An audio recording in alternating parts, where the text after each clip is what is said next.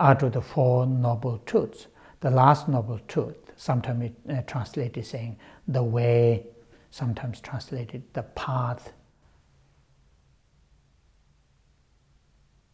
In the sutra, the Four Noble Truths Sutra, as a path, as a way, listed those Noble Eightfold Paths.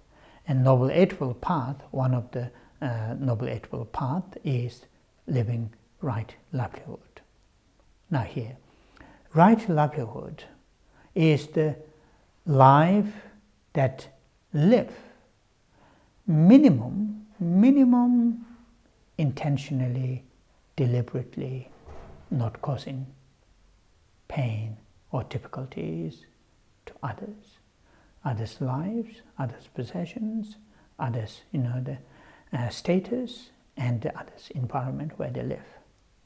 So now this, which are stress, deliberately, intentionally. And that is really something that we can start. The example is when you work in a bank and after 3-4 years then you realize your bank is dealing with a very dodgy companies and so forth. But it is not that easy to go through, and particularly in this age, the globalization, it is very difficult to go every single things what's happening, and in particularly when you work in a company, you don't know how to do that.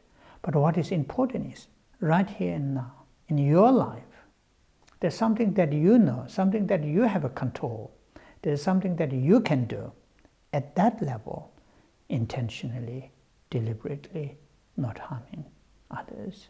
And that is starting the right livelihood. And I think that can be done. That can be done in people who have family, people who are single, people who are monk or nun or whoever, politicians, they can do that. Then of course, living right livelihood is learning process. If you start from there, then gradually to extend that, not just intentionally not harming, deliberately not harming, is there any way intentionally helping, supporting others' well-beings? And so that is my usual suggestion to the friends, how to live with the right livelihood.